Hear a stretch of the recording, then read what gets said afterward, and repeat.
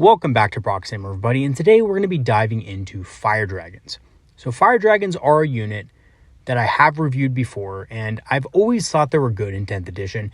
Even in 9th edition, when people, generally thought they were too expensive for what they did, I did actually like them. I've always been a fan of the unit. And that, of course, harkens all the way back to 5th edition, where they were one of my favorite units in the entire Eldar Codex.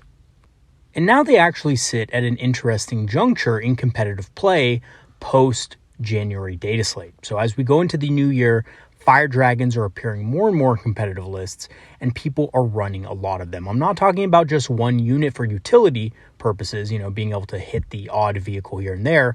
I'm talking about full 3 units in Falcons with Fuegan.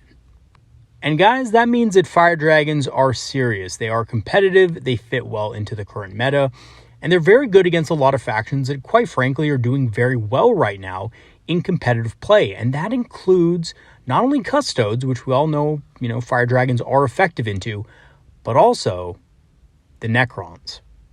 Especially everybody's favorite Satan Shards. So the Satan, of course, are one of the more broken units in the Necron Codex. They didn't receive any nerfs in the last data slate, so obviously people are, a little bit afraid of the amount of durability and damage that the Satans can do for a relatively low cost.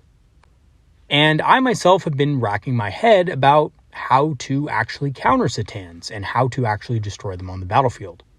Because they're not really a unit that you can just ignore, especially in things like Hypercrypt Legion, when they can just deep strike all over the board. And of course, the traditional Eldar weaponry, the Bright Lance, is not very effective against the Satan for the points that you pay. So the question becomes, what do we need to do to counter the Satan? Well, I've actually found a way, I think, that we can trade effectively against Satan Shards in our games against Necrons. And fortunately, we don't have to look too far. We don't have to do these crazy off-meta combos to do it, because the answer is right under our noses, and that is, of course, Fire Dragons. Alright, so what are we going to look at in today's video? So we are going to be reviewing the stats, weapons, and special rules of the Fire Dragons, get everybody acclimated to what they do, and give everybody a little bit of a refresher course. We're then, of course, going to review the strengths and weaknesses of Fire Dragons, their combos and synergies, and we're going to be talking about the ultimate Satan-destroying combo that will have your Necron opponent in tears. And lastly, of course, we're going to end the video with the role Fire Dragons play in an Eldar army and how to make the most out of them. And maybe just a little bit of complaining about the new Necron menace. Okay, so looking at the stat line of the Fire Dragons, they have pretty average Eldar movement at 7 inches. They have toughness 3 like all Space Elves, and they do have a little bit of a better save at a 3+, so they're going to be more durable than things like Swooping Hawks or Dire Avengers, but, they're still pretty fragile, just like all Aspect Warriors. And of course, they do come with the standard 5+ invulnerable save that all other Aspect Warriors do as well. As far as their ranged weapons go, they do have a significantly powerful weapon with the Dragon Fusion Gun. Not only is it an upgrade from the Imperial version at Melta 3 instead of Melta 2, but it also has Assault. So it plays into Eldar being really fast and being able to also score on secondary objectives. And just gives them, more threat range, which they're going to need because the weapon only has a 12-inch range. The XR can choose between a Dragon's Breath Flamer and a Fire Pike. The Fire Pike is the clear winner here because, of course, it has more range. At 18, it also has Strength 12, so it can punch harder against, harder targets. And it does also have Melta 3. However, it does not have Assault like the Dragon Fusion Gun. So if you choose to run these guys on foot, it may be worth it to just give the XR the Dragon Fusion Gun instead of the Fire Pike. However, if you are running them out of a Falcon, I would probably just suggest you go with the Fire Pike, because of course you can move your Falcon, disembark 3 inches, and then shoot. And, the Fire Pike in most cases is going to be the better weapon option if hopping out of a Falcon. The Dragon's Breath Flamer, on the other hand, is an absolute meme weapon. You never want to take this. It's really bad. It's just basically a heavy flamer with 1 extra strength, and this unit is not a unit that's, basically equipped to deal with light infantry. As for their melee weapons, they just have basic close combat weapons, nothing to speak of. Just like all Aspect Warriors that are based around shooting, they're not going to be powerful in close combat. Their ability, Assured Destruction, means that they can reroll 1s to wound and damage against vehicles and monsters, which is extremely powerful, especially the damage roll, because oftentimes it will prevent you from getting a really low and bad damage roll. And there's not really a lot of ways to reroll damage rolls in the game outside of a CP reroll, especially for the Eldar. So being able to reroll that 1 can come in handy, and of course you can use this reroll conjoined with fate dice to be able to put this to a 6 or a 5, or just basically a better roll than a 1, right? So that is pretty good. The Exarch can also be armed with the Dragon's Breath Flamer or Fire Pike, just like I spoke of before, and that's basically all the wargear options you have. Of course, just to remind you guys, you do want to usually take the Fire Pike if you're in a Falcon, or if you're on foot, you want to probably take the Dragon Fusion Gun.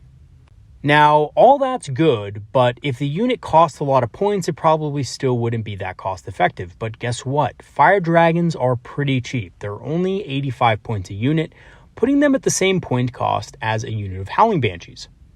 And of course, although I'll be the first one to say that maybe Howling Banshees aren't useless, and they definitely have more value now that Dark Eldar are more prevalent in competitive play, with the amount of incubi that everybody's running in their lists, they're still not anywhere close to cost effective.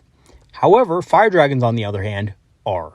85 points for a unit of 5, all carrying Meltaguns, is extremely good value. And they can punch up hard against a lot of tougher targets, including Terminators, Custodes, and other types of heavy infantry. So it's not only vehicles and monsters they can punch up against, it's also the heavy infantry that you see very often on the battlefield. As for their keywords, they do have the infantry keyword, so can move through ruins and buildings just fine, but they also have a little bit of a surprise in the grenades keyword. So of course this used to be a stratagem in 9th edition. They used to have the Melt-A-Bomb, but with the grenades keyword now, they can deal mortal wounds to anything, not just vehicles or monsters or whatever, but any unit, which is awesome. It means they can deal a few more mortal wounds, which may not seem like that big of a deal, but it can absolutely mean the difference between the Fire Dragons killing their target and the Fire Dragons failing to kill their target. So, if you're going to spend a CP on something and there's a vehicle with a couple extra wounds left, it's a really good idea to spend that extra CP and get that vehicle down with that grenades keyword. Okay, so as far as the Fire Dragon's strengths and weaknesses, their strengths are obviously they have very high AP and damage with their weapons, especially within half range. Melta-3 absolutely crushes. They're also very reliable with innate wound and damage rerolls of 1, and they're very inexpensive for what they can potentially destroy. However, they do have a few weaknesses that you have to keep in mind, which is they have a very short range at 12 inches. The Exarch is really the only one who has a decent range at 18, and they are extremely fragile, especially with that short range. They're really not going to be able to get out of sticky situations once they land in it. So with Fire Dragons, you have to either be, very careful about making sure that the unit that you're trying to kill is dead and there's no other units that can probably threaten the Fire Dragons, or, which is most likely going to be the case, you're just going to have to consign them to death and make sure that they make a good trade. As for their combos and synergies, Falcons are probably the most synergistic unit with them in the entire index. It gives them full rerolls to wound against their target and the Falcon's target as well, extra threat range, and protection, which is all things that the Fire Dragons need. Basically, Falcons are the perfect Fire Dragon delivery service. Eldrad can give them +1 to wound, allowing them to hit much harder targets effectively. So if you want to punch up into things that are, above toughness 9, and you need that 5 up, having a 4 up versus a 5 up is vastly superior. It's much better, especially with rerolls. So Eldrad can help them hit a lot harder. And of course, there are going to be a lot more lists utilizing Eldrad, not only for the Fate dice, but also for this ability to, buff your Aspect Warriors and help them wound against key targets a lot better.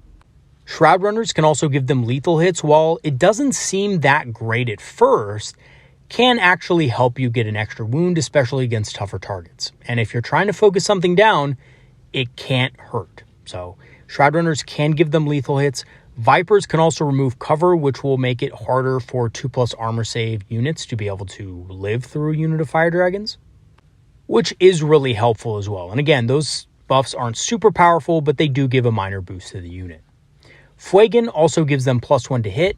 Now, a little bit of a controversy here, but it is situational to have Fuegan in the same unit as the Fire Dragons. Of course, he can ride in the Falcon with them, but usually people choose to separate him because of the fact that Fuegan usually works better as kind of like a pseudo lone operative with his ability to resurrect, right? Just like a Farseer on foot with a Phoenix Gem or a Farseer Skyrunner with a Phoenix Gem. Typically, you don't include him in a unit because he can do a lot of stuff on his own. However, I do think that against certain armies, you do just want to have him in the unit. And let me give you an example. I think it's worth having him in a unit if you know you're going against an opponent who has things like smoke, right? So if you're going against an Imperial Guard player with Leman Russ or Rogel Dorns or anything like that, and they can easily just use Pop Smoke or, another kind of stratagem that gives you a -1 to hit, I think it is worth it to get that extra +1 to hit so you're not hitting on a 4+, right? So typically speaking, if you're firing at a unit that has, smoke, you're at -1 to hit, the Fire Dragons are hitting on 4s. That's extremely swingy. You don't want to risk your Fire Dragons doing nothing. So I think adding Fuegan to the unit at that point could be a good idea. Okay, so let's go ahead and talk about the ultimate Satan destroying combination that I spoke of in the beginning of the video, because, that's what the title of the video is, right? So we got to talk about that, of course.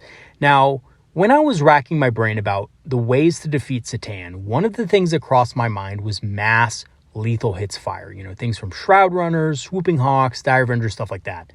But then I realized that that's really not that efficient either. And I was crunching the numbers with a supporter of the channel, Dead of Night. We, kind of talk about Eldar strategy sometimes and, kind of talk about different ideas. And even a unit of 10 Swooping Hawks with Baharoth only manages to do about 6 wounds to a Satan Shard with lethal hits and, rerolls to hit and everything like that. And that's really not that great considering Swooping Hawks are, 150 points for 10 of them. Then you have Baharoth, which is an additional 125 points or so. So yeah, and that's probably the most efficient way to deal with the Satan if you are using anti-infantry tech. And let's be real, guys. You're probably not going to want to use Baharoth and 10 Hawks to kill a Satan Shard. It's just they have better targets, right? If you are using that kind of unit. Or, quite simply, you're going to be using your Swooping Hawks for objectives and other stuff like that. So, that's when my mind came across Fire Dragons and, more importantly, Melta 3. Because the Satan Shard halves damage, when you apply damage to a unit, you divide the damage first and then you add modifiers after. And because Melta 3 is a positive modifier, a addition modifier essentially, you are adding that in after you half the damage from your d6 roll. That means that at minimum for every Fire Dragon that has a wound go through to the Satan through its invul save, you're getting about 4 damage through, and of course the Satan still has a feel no pain, but you also get to reroll 1s on damage rolls against monsters and vehicles, which a Satan is a monster. So you are going to be getting a more reliable amount of damage through anyway. Now, 5 Fire Dragons alone obviously cannot kill a Satan Shard. That's ridiculous, right? They're only 85 points. Satans have half damage and they also have feel no pain. So it's going to be extremely hard, especially with an invul save, to down them. However, if you use this combination with Fire Dragons, you will be able to pick up a Satan per turn on average dice. And that is with the following: 5 Fire Dragons, Fuegan, a Falcon, and Eldrad as an optional choice. Eldrad helps, but he's not actually needed for the combo to be pulled off. If you don't choose to take Eldrad, however, you will need to use 1 CP for the grenade stratagem. So basically, here's how the combo works. You roll up in a Falcon and disembark within 6 of the Satan. Then you tag the Satan with the Falcon in the shooting phase so that your Fire Dragons can get full rerolls to wound against it. If you have Eldrad, you're obviously going to be casting Doom at this point, trying to, allow the Fire Dragons to wound easier, and you're going to be throwing out Mind War as well, and the Catan is a character, so Eldrad gets his anti-character 4+ against it. And again, you may not actually kill the Satan with this, but it's just throwing as much as possible into it so you can kill it. Then you shoot the Satan with the dragons and Fuegan, and lastly, you hit it with the grenade stratagem for 6 chances at mortal wounds. On average, you're going to do about 3 mortal wounds with the grenade strat. So how it works is you roll 6 dice for every 4 up. That is a mortal wound, which goes right through the armor, invul save, and half damage of the Satan. So it's not like devastating wounds, because of course devastating wounds is still damage. You still have that. But this is calculated 1 at a time. So it's just mortal wounds. You're going to get the full amount against this Satan shard. All right, so what is the result after it's all said and done? Because, there is a lot of investment in this. Some of you may have picked up on the fact that we're using a lot of units to kill the Satan, which is true. We are using a Falcon, Fire Dragons, Fuegan, and optionally Eldrad, which is about 400 points worth of units, right? Fuegan and Fire Dragons are 200. The Falcon is, another 140. And then on top of that, you have Eldrad optionally, who is 110 points. So that is a lot, but the Satan shard is incredibly tanky. It's one of the most tanky units for its cost in the entire game. So I think it's acceptable to use this amount of firepower to be able to kill a Satan. So you do about 11 average wounds to the Satan between the Falcon, Fuegan, and the Fire Dragons. And this is accounting for fate dice. This is accounting for the fact that you're going to change at least one of the dice into a 6. Or more realistically, if you're being really precise, which you should be, you should always change it into a 5, because the difference between a 5 and a 6 against something that halves your damage roll is negligent because it rounds up. So you do want to, save your 6, use a 5 if possible. And, sadly, if you don't have Eldrad and you don't use the grenade stratagem, just the Fire Dragons, the Falcon, and Fuegan aren't going to be enough on average dice. You're going to basically miss it by about 1 wound, which is a little bit unfortunate. But of course, you can always have another unit. If you don't have the command point, if you don't have Eldrad, or you kind of whiff your dice a little bit, maybe your opponent makes 1 more invul save than they were, realistically should have, then you can always finish off the Satan with lethal hits. So you can have a unit of Swooping Hawks nearby that we're going to, try to score on an objective or something like that. Maybe table quarters or something. Or maybe you have a backup Warwalker that's also ready to shoot the Satan as well. So always make sure that you have a little bit of backup just in case the Satan shard just won't fail an invul save, which is possible. It is a dice game, and 4+ invul saves are very swingy. Now, having said that, as a faction that is known for its damage and precision, even our finest of scalpels is not exactly quite enough to kill a Satan. And I'm talking about Fuegan and Fire Dragons and a Falcon not being able to kill a monster with 12 wounds. That is pretty insane, but guys, this is our best option of dealing with the Satan. It's better than D cannons. It's better than, kind of D weaponry, because the Satan's still going to get a feel no pain against it, and they're still going to half damage. You might be ignoring the invul, but that's about it. And unless you use a fate dice of a 6, which are going to be much more limited now because of the fate dice nerfs, you're going to just be going against that invul save anyway. So there's really not much of an argument to be had with D weaponry against these things. If you're still running a big Wraith brick, chances are, without something like Fate's Messenger like we had last time around, you're just not going to be able to kill the Satan very easily either, right? You're spending about, close to 500 points on a unit that won't even be able to, on average rolls, kill a Satan shard, which is pretty insane if you think about it. And I even did the math with, the D-Scythe, because I thought maybe the D-Scythe could do it. But still, on average dice, you don't kill it because of that feel no pain. Of course, I think if the Satan shard didn't have feel no pain, I think it would be a lot of, it would be a lot easier to kill. Let's just put it that way. A lot less BS. Because as of now, the Satan shard is one of the hardest things to kill in the game. And these things aren't that expensive, and their only real weakness is that they're slow. But in the Hypercrypt Legion, it doesn't matter because they can get around the battlefield via Deep Strike. And when players are running multiple of these, not just one, but multiple, it can get really tough to deal with if you don't have the tools for it. So we're going to need to find answers to this, and I think fire dragons are our best answer so far. We might not have a perfect answer, but I think fire dragons are probably the closest to getting it right. And the good news is that they're good into other factions as well that are really going to be very meta. So Custodes, I think Space Wolves are pretty solid as well. I know they're not the most competitive faction, but Thunderwolf Cavalry they're very good into. And they're basically a unit that can find a use in every single game you play because of the amount of armor people like to bring and the amount of heavy infantry, typically armies have in them. So what role do fire dragons play in an Eldar army, and how do you make the most out of them?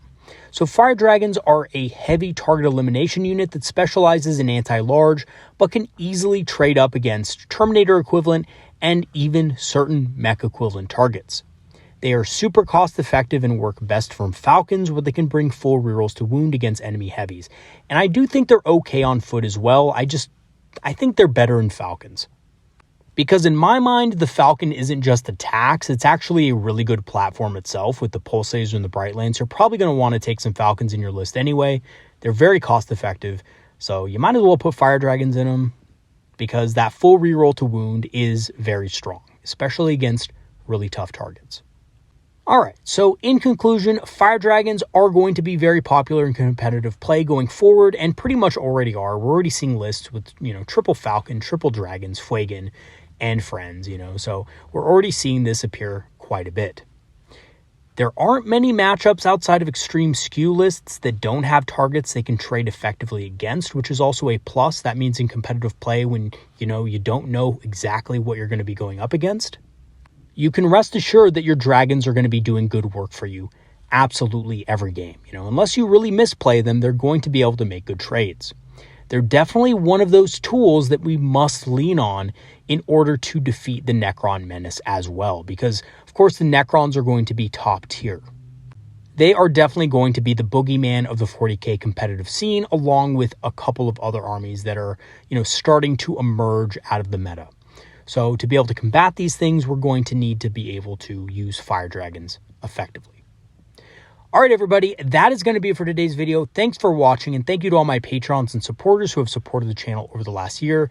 Your help has greatly improved the channel and helped it grow significantly.